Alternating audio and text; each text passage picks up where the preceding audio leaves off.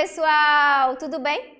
Eu sou a professora Cíntia Marques e acompanharei vocês na nossa aula de língua portuguesa do segundo ano do ensino fundamental. Vamos lá?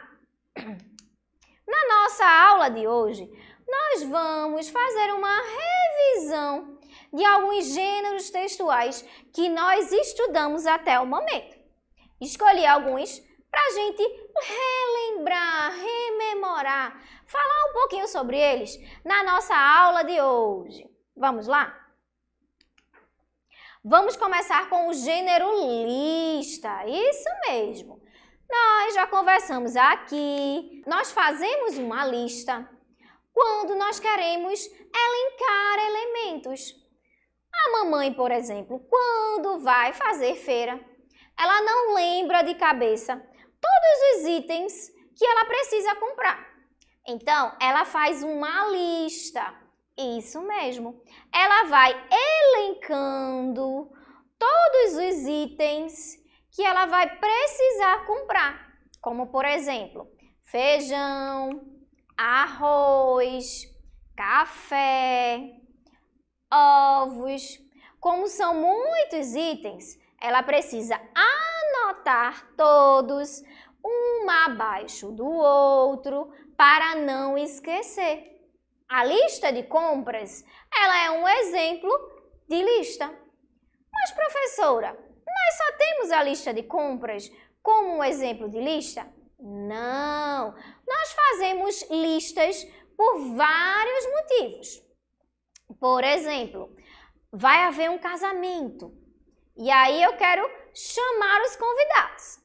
Eu não vou lembrar todos de uma vez. Então, a gente faz uma lista de convidados. Ou, por exemplo, para um chá de bebê, a gente faz uma lista de convidados, né, que são as pessoas que vão comparecer àquele determinado evento. Então, a lista, ela serve para elencar itens, para que a gente, né, não esqueça depois. Como, por exemplo, as pessoas que vão comparecer ao casamento, os alimentos que a gente precisa comprar na feira, né? Ou então, a gente pode ver que na lista nós podemos escrever nomes de pessoas, animais, objetos, comidas, lugares e várias outras coisas. Então, se eu quisesse fazer uma lista dos lugares que eu gostaria de viajar ao redor do mundo, então eu escreveria aí o nome de vários países, né, pelos quais eu gostaria de passar. Lista de comidas favoritas, aquelas que eu mais gosto de comer, né? Então eu colocaria um nome embaixo do outro das minhas comidas favoritas, como lasanha, bolo de cenoura, bolo de chocolate. Deu até uma fominha agora. Nomes de pessoas, né? Uma lista com nomes de pessoas. A chamada da escola, por exemplo. Aquela chamada que a professora faz no começo da aula, ela é uma lista com o nome dos alunos. Então, a professora faz João, José, né? Ali a gente tem uma lista, né? Uma listagem com o nome dos alunos. Lista de animais preferidos, né? Vocês podem fazer uma lista com o nome dos animais preferidos de vocês. Cachorro, gato, peixe, né? E aí vocês vão colocando, o nome de cada animal, um abaixo do outro. Lista de material escolar. Quando começa o ano, geralmente, a gente precisa de materiais escolares para poder estudar.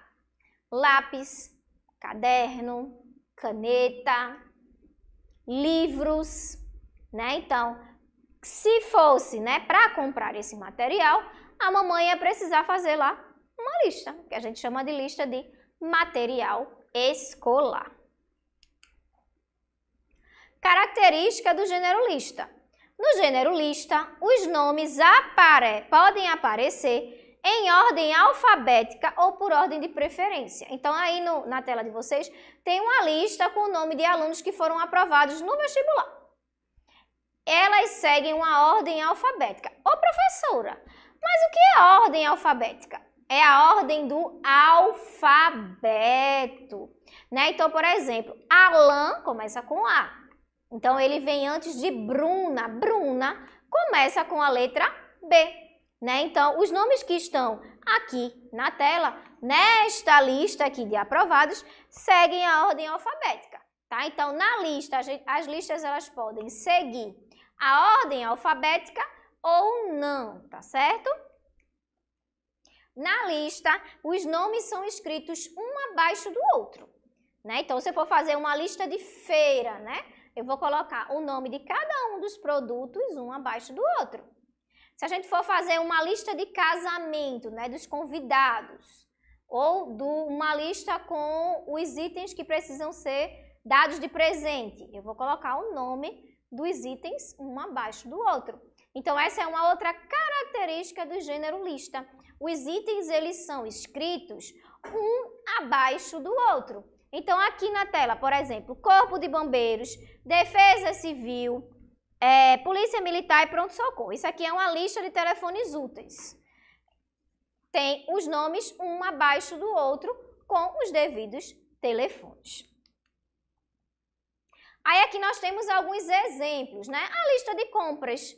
Ó, aqui a gente tem chocolate em pó, fermento em pó, batata, coco, ovos, vinagre, leite, açúcar, farinha de trigo e manteiga. Temos uma lista de compras. Os itens estão um abaixo do outro. Nessa lista, eles não seguem a ordem do alfabeto, por exemplo. Como eu disse para vocês, que a lista pode ou não seguir a ordem alfabética.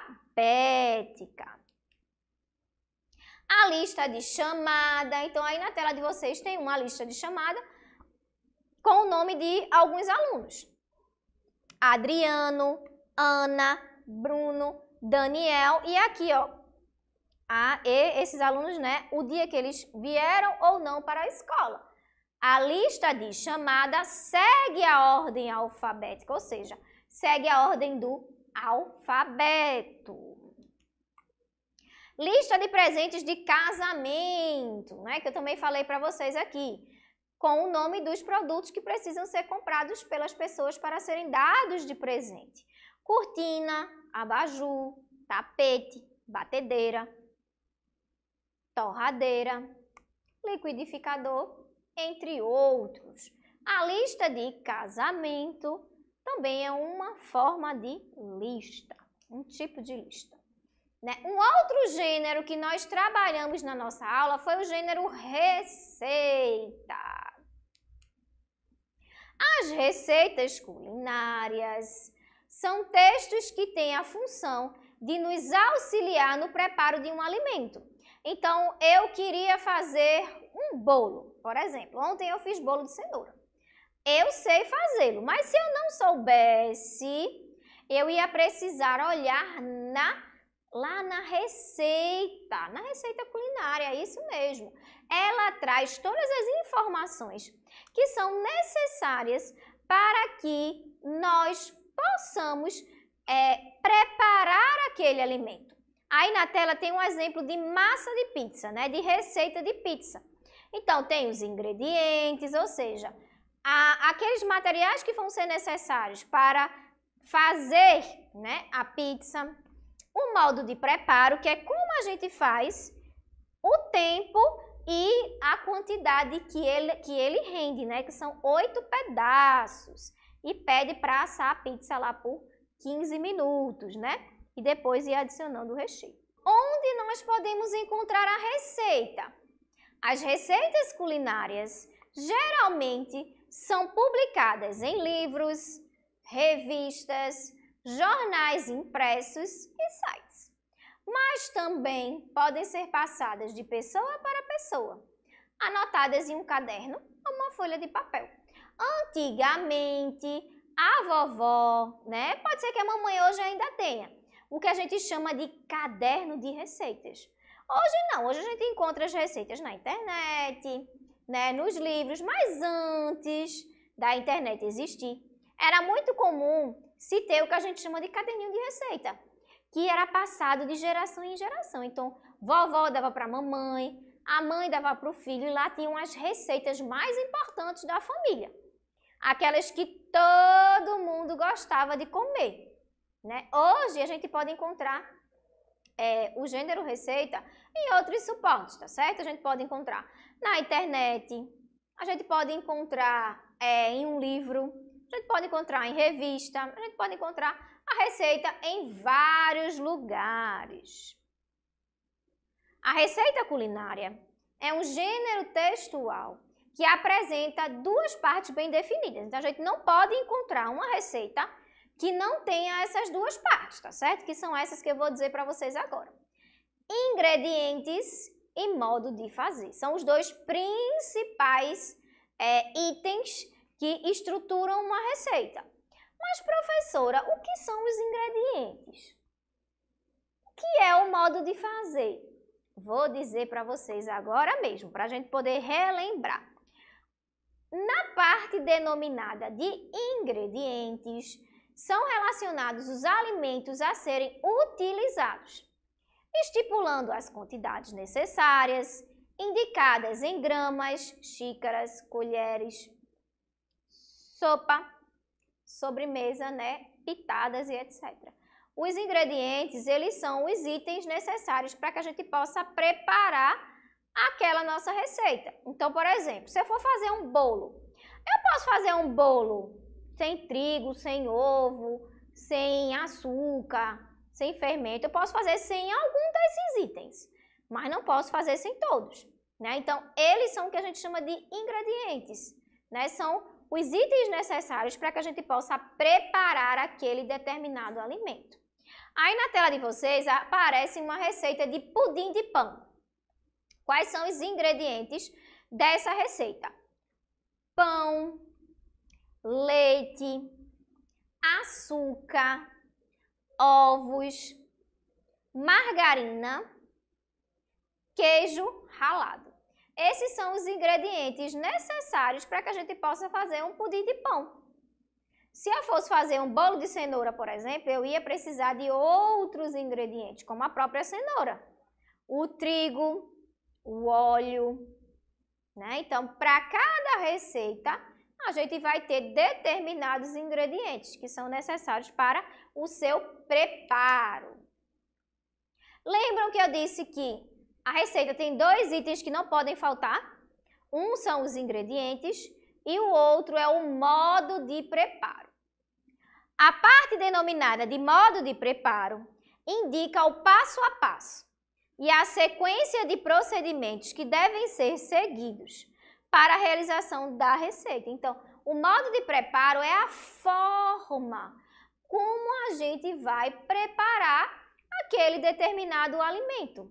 Então, o bolo de cenoura que eu dei o exemplo. Eu vou precisar bater a cenoura no liquidificador, junto com os ovos, junto com o óleo, né? Então, vai estar tudo escritinho lá no modo de preparo, como é que eu vou precisar fazer para poder o meu bolo no final dar certo.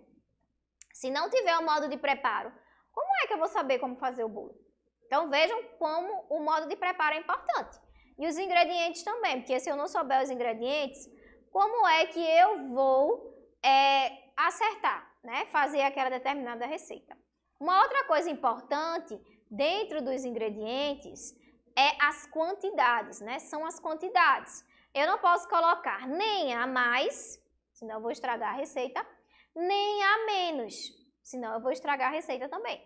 Eu tenho que colocar a quantidade correta de cada um dos elementos, né, dos ingredientes que compõem a minha receita.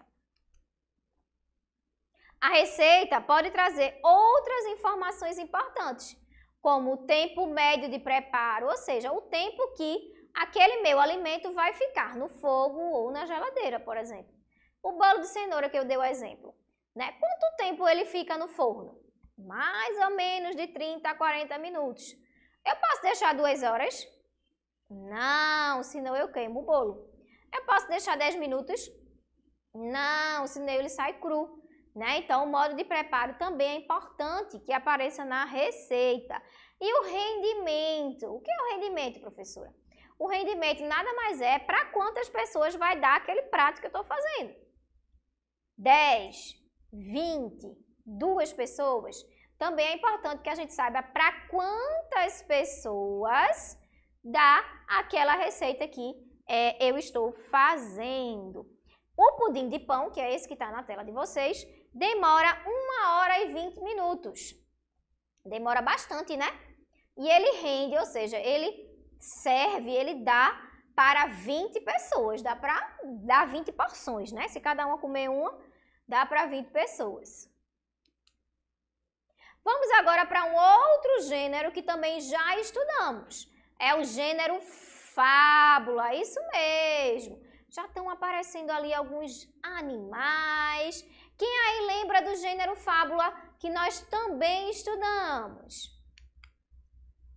Mas o que são fábulas, crianças? Quem aí sabe me contar? As fábulas são um gênero textual que apresentam histórias curtas, ou seja, histórias que são pequenininhas, que usam uma linguagem simples, que em grande parte das vezes possuem os animais como personagens, apresentando ao seu final uma moral, ou seja, professora. Mas o que é isso, moral? Moral é um ensinamento, ou seja, é uma lição, é algo que quer que as pessoas aprendam, isso mesmo. Então, geralmente, as fábulas, elas usam animais e sempre tem uma moral ao seu final. A fábula, ela é, a narrativa de um texto ficcional. Ô, professora, mas o que é ficcional? Quer dizer que tem a ver com ficção, ou seja, não existe na vida real. E ela é um texto narrativo, né? É uma história que é contada, que é narrada, isso mesmo. Como eu já falei para vocês, há uma lição, né? Há uma moral no final da história. Se quer que a pessoa que está fazendo a leitura da fábula, ela aprenda alguma coisa com essa fábula que está sendo contada. Outra característica, os personagens apresentam comportamentos humanos.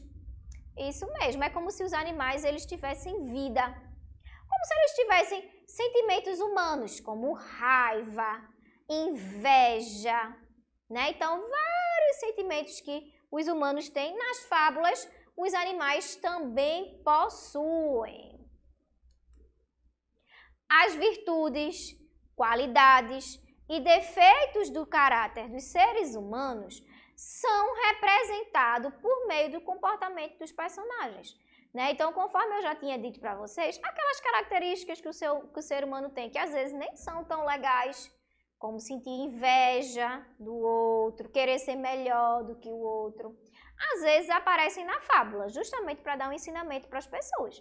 Né? Então, os animais, eles assumem essas características e esses sentimentos humanos. Temos aqui os elementos que compõem uma fábula.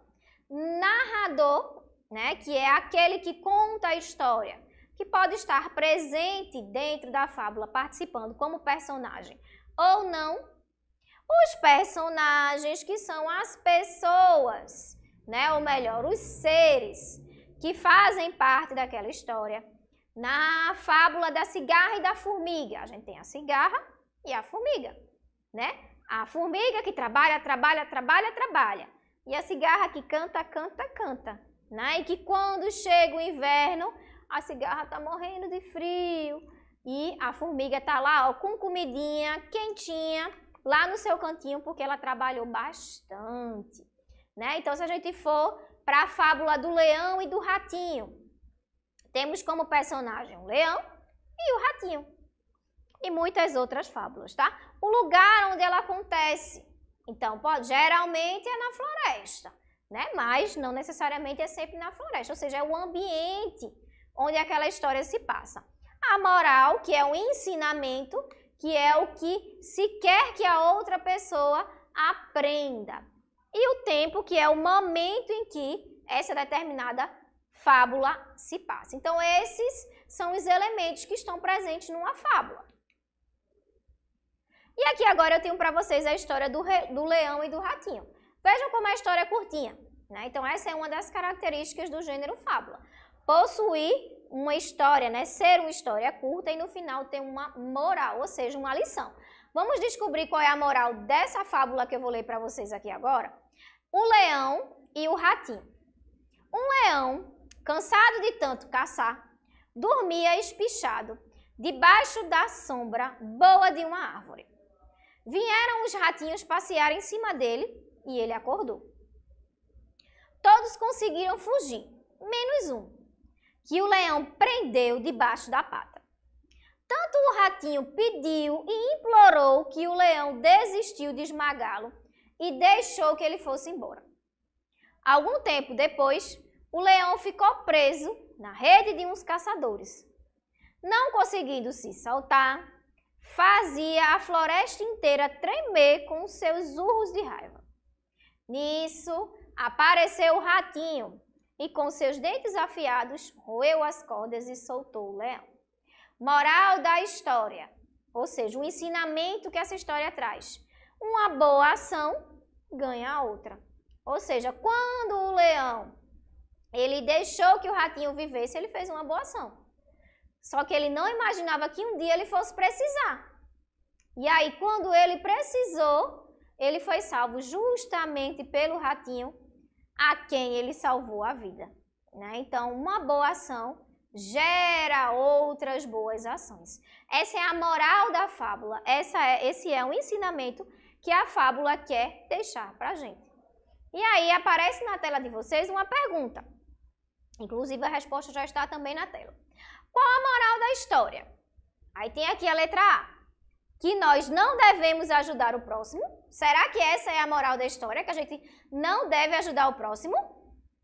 B, que ao ajudar o leão, o ratinho podia ter morrido. Será que é essa a resposta? Será que essa é a moral da história, o ensinamento? Não. E C, que uma boa ação pode gerar outra. É exatamente a letra C.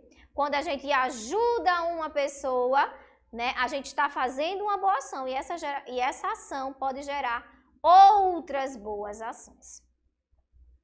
Temos aqui outra pergunta. Quem eram os personagens da fábula? Essa é fácil, fácil, fácil.